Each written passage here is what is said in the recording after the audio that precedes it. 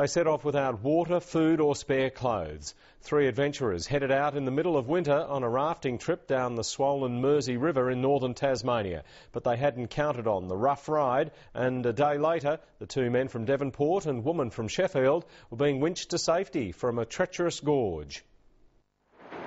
The river was swollen by snowmelt and days of heavy rain. Authorities were alerted to the trio's disappearance yesterday afternoon, and the land and air search began early today.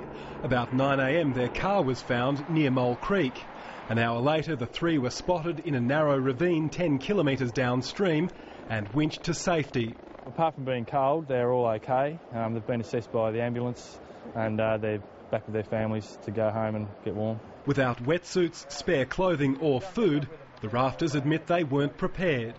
It was just one bad decision that sort of led to another, and yeah, definitely do better next time. Definitely underestimated the water a little bit, and sort of an unknown stretch of water that none of us had really done this stretch before. One nearly succumbed to the freezing water when his raft flipped in rapids.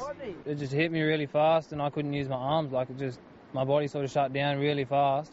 So it was pretty hard to get out of the water. I was trying to roll onto the bank. I couldn't really hang on with my arms. I was just too weak.